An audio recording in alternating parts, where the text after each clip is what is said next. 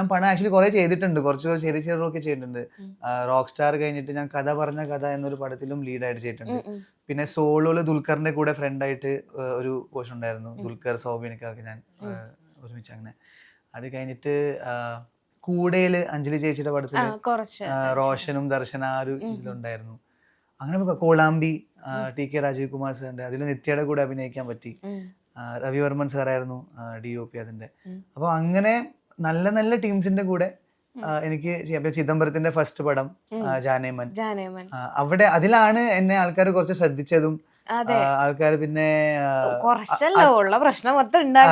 അതിലാണ് എന്നെ ഒരു സാധാരണ എന്നെ കാണുമ്പോ എല്ലാരും പറയുന്നത് ഇത് നമ്മുടെ സിദ്ധാർത്ഥ് മേനല്ലേ തൈക്കുടത്തിന്റെ അങ്ങനെ ആണല്ലോ എല്ലാരും അറിയുന്നത്.